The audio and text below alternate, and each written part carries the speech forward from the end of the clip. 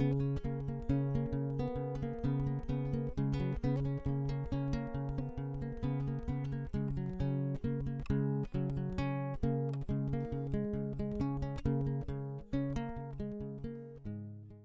John from FlatCatGear. At FlatCatGear, we offer you two ways to simmer your meal.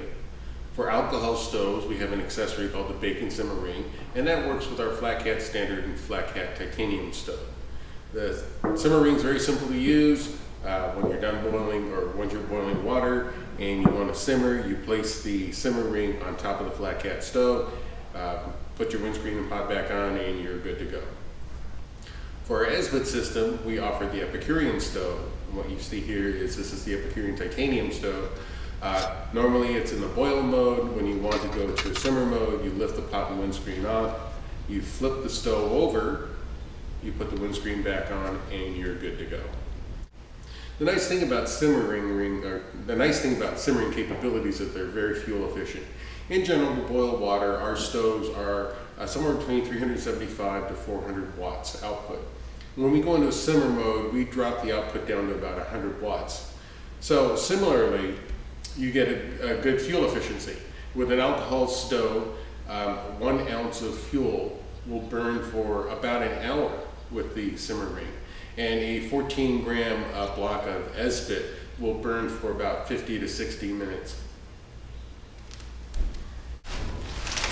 We also cook with a lot of freeze-dried meals when we're on the trail. One of the things that we do is we repackage all our meals. We take it out of the foil patch, get rid of the little dehydrator in there, put things in like sandwich bags, Ziplocs. One of the things it does is it reduces waste. We find ourselves cooking in our pot almost all the time anyway. One of the reasons why is we live out in California, usually go to Yosemite, Sequoia National Park, and most of the trails start at somewhere around 4,000 or 5,000 feet and go up. If you look at cooking times, and here's a table I found on the internet, the difference between sea level and 10,000 feet is anything that took 10 minutes to cook takes 20 minutes to cook. And so rather than leave it in the pouch and let it set for longer and longer periods of time, we typically will simmer these meals and they come out free. Another nice feature about using a simmering is the simmering opens up a whole lot of possibilities of foods that you can purchase in a regular grocery store. So here's some examples of dishes we like. I also like Zatarain rices, I like the Northside dishes, and Bear Creek soups are pretty phenomenal. So I'm actually going to do a demo today. We're going to do a chicken noodle soup, and I'm going to do something I've never done before. I have never made or eaten dumplings. So that's going to be my lunch today, and that will be our demo on using an alcohol simmer ring. To test the simmer ring, I thought I'd make something I've never made before, dumplings. So one of my favorite soups is Bear Creek soup. They have a whole bunch of soups that are really pretty tasty, pretty easy to do. These can be found at your regular grocery store. This one will make a big batch. So I am making 2 cups of soup. This makes, I think, 8 cups of soup. So I'm using a quarter recipe, just divided the weight by a fourth, and I'm using 2 cups of water. So the recipe says, bring it to a boil, add the soup, whisk it in, turn it to a simmer.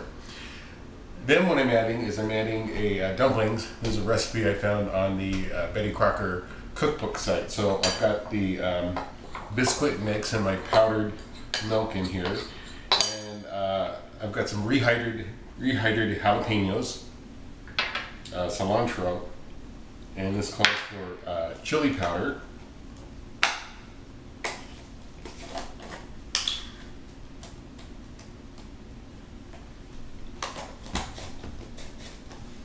and cumin.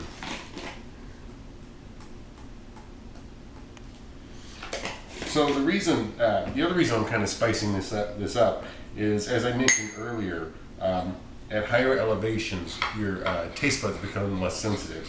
So the soup itself is probably pretty mild chicken noodle soup, and so adding the dumplings, especially spicy dumplings, should just bring it up a little bit of a level. And the other thing is the dumplings, especially with backpacking, is going to increase the calorie count a bit. So let's go get the soup started, and then we'll drop the dumplings in and see how it comes out. So it's boiling.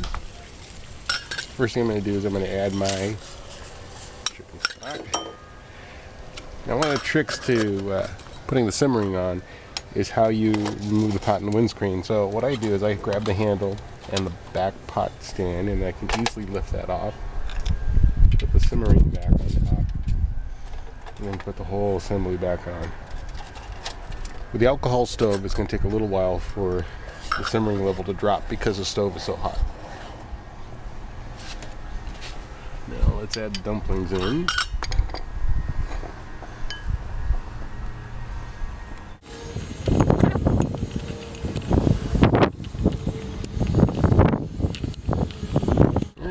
See how that goes. Check on our simmer mode. Dumplings are bubbling. Bear Creek chicken noodle soup with a Betty Crocker cilantro-chili-jalapeno dumpling. Always a first time for everything.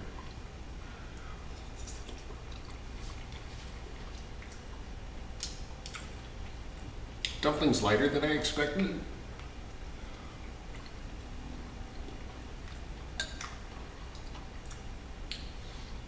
Kind of soft and gooey. It's a good way to add extra calories to your soup, is add dumplings with all kinds of stuff in it. Thanks for watching.